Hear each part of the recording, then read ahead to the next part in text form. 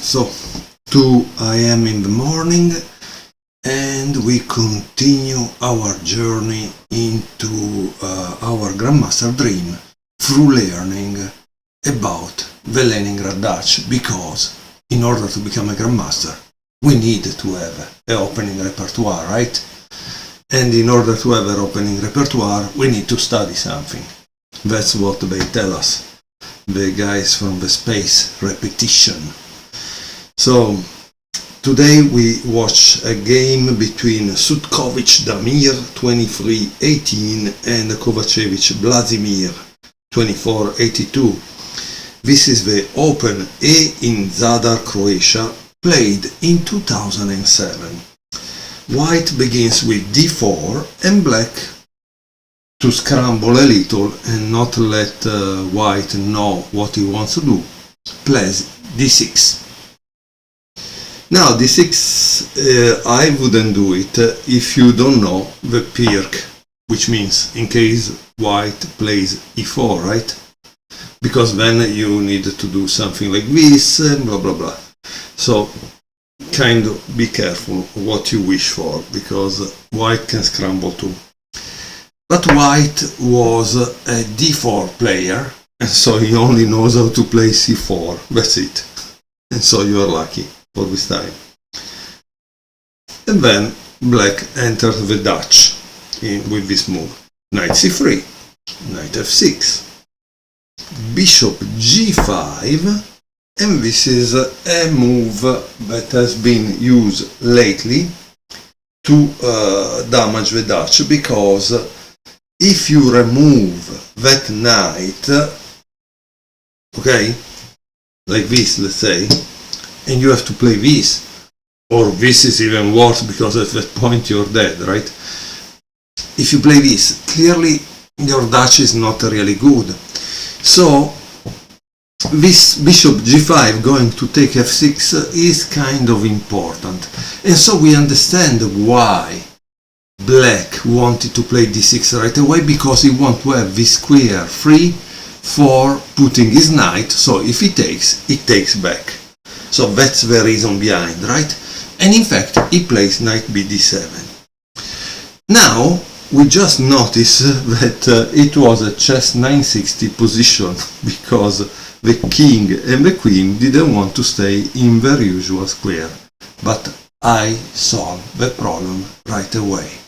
Okay, so queen c2, g6, and now we are finally in our Leningrad Dutch. After all these difficulties, a king and queen not cooperating, the guy trying to play a pirk, and all the rest. But since the Dutch is a fight for e4, now white has two pieces on e4, so it makes sense that he plays immediately this. But why it makes sense? Because the opening is about piece development, but it's also about fight for the center. And so you need to push your pawns as far as they can go in order to fight the enemy for the enemy territory, because then you will have a space advantage. So we can have development advantage, but we can also have space advantage. F takes e4, knight takes e4, and bishop g7. Obviously black doesn't take because it doesn't want to give the square, the control of the square, to white. Okay, so he waits to take and develop a piece, and then probably will castle there, right? So knight f3, c5. After this c5 you are practically sure that black will castle there, because it just destroyed the possibility to go on that side. Knight takes f6, knight takes f6, and here you have this move d5, which is very interesting because it takes control of 2 square of the enemy. We know that black wants to play e5, so that's to try to block that. Instead, to take wasn't a good idea. Okay? Not because black would play this. No. He would play this. Check. And now you have a problem, right? Because or you move a king or you have to block. And it takes and keeps his pawn structure, his central pawn structure correct, right? Let's say I don't know what is the right move, the computer will tell us, blah blah blah blah blah blah, but I just want to show you this so you understand. Black wants to play e5 in the Leningrad Dutch, right? To then play e4 and attack, and in any case have kind of superiority or a pass pawn in the center.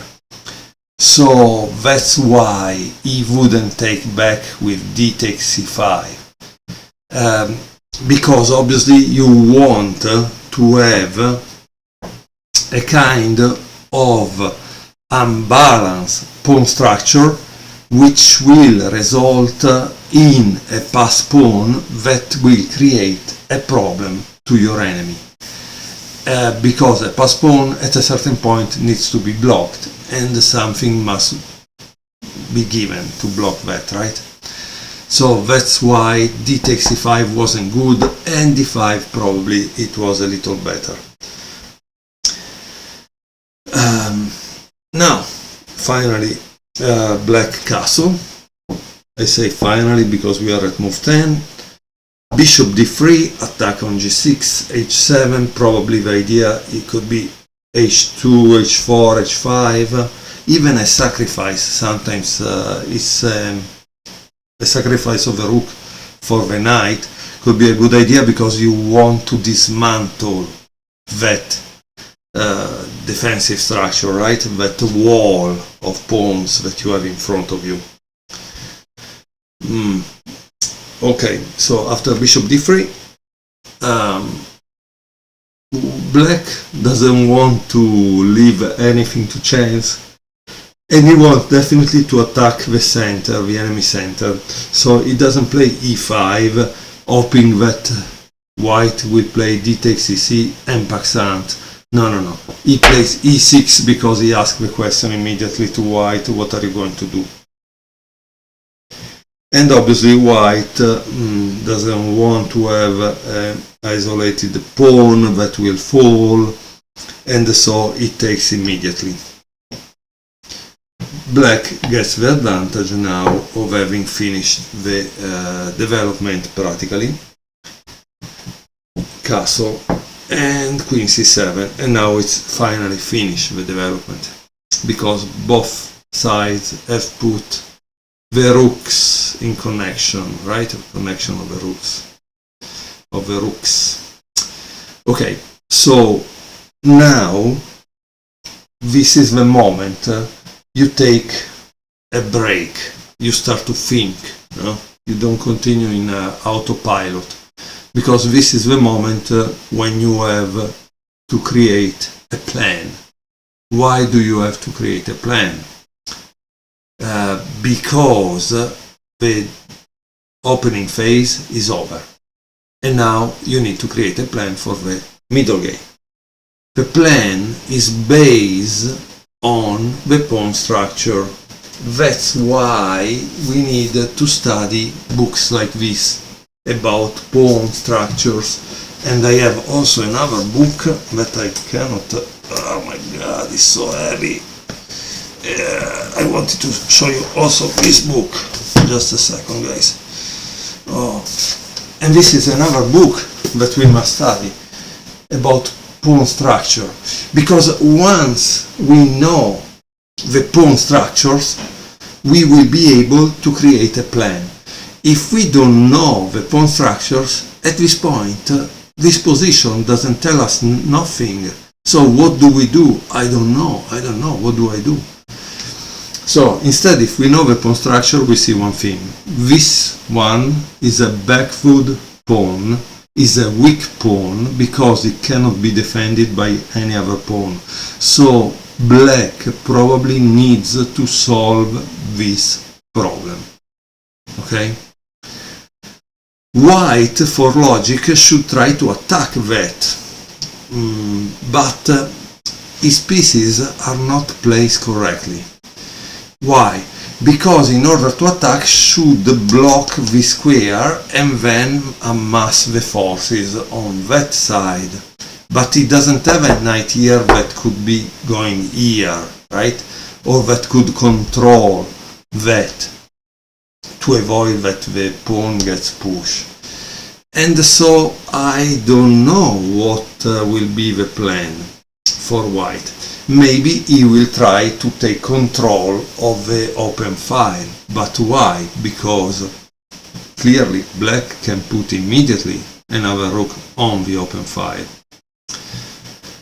Okay, so now let's see what happened in the game, and so we see how these two players, white, that is a FIDE master probably because it's 23-18, and black, that is for sure an international master or a grandmaster, will play their game. And why we want to see that? Because this is a model game. So if we take players that are stronger than us as role models, we learn a lot. So after queen c7, white continue with rook fe1. Black played rook e8, so they are not considering the pawns, they want to exchange the rooks at this point. What does that mean? It means that the game could be going to an endgame, and that's why we need to know the endgames, because already now you need to know in which endgame you want to end up to avoid to lose, right? h3, king h8. Generally this diagonal is a kind of weak diagonal for the Dutch, and so you move away the king to avoid to be checked in the wrong moment. Rook e3, he wants to double the rooks, right? Bishop d7, rook e1, rook takes e3, rook takes e3, and rook e8. So what do you think white did at this point? Remember, centralization of the pieces is important. He fought for the central file, and so he played queen e2. Rook takes e3, queen takes e3, and bishop c6. As you can see, there was a reason to put the king in h8, because this move it's played probably to get rid of the weakness, but it creates a big hole here. Okay? Then I don't know how white will be able to exploit that hole, but... So what does white do?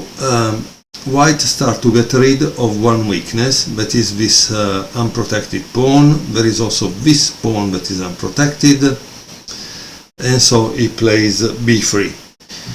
Queen d7 to take control of the weak square, knight d2, interesting move, right? b6. So what is going on here? White is obviously planning to keep his pawns on white squares, but black thinks that probably this bishop could be exchanged. If it happens, he has already the pawns on the squares that cannot be touched by this bishop. Often an opposite color bishop endgame could end up in a draw. Okay, so that's an idea. Knight e4, knight g8, queen f4, bishop takes e4, queen takes e4, bishop f6, bishop f4. As you can see, the modern players, they don't want to lose the bishop pair.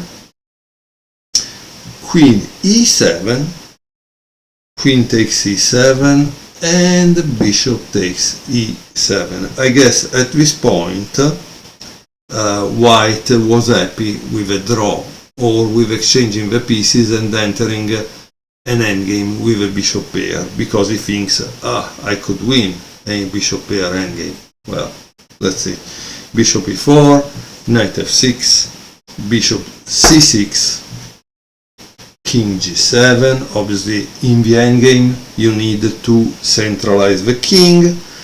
g4, king f7, king g2, king e6, king f3, bishop f8, bishop g5, bishop g7, bishop takes f6, and this signal that white wants a draw.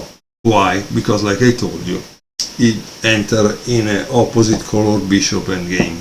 Now, can this pawn endgame be won?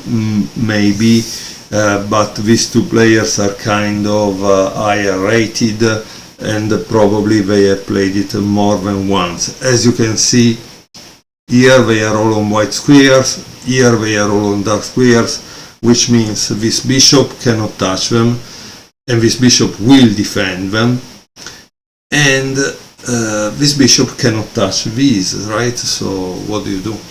What do you do? At the same time, if the bishop is here, you cannot push, so I don't see a way to easily win. Now, a computer probably would play it for 50 more moves and then declare it a draw, but human beings don't like to waste time, and they like to save their energy, especially in a tournament. So I hope you enjoyed this game and you learn how in the opening you can have different move orders that bring you, however, to the same opening, the Leningrad Dutch.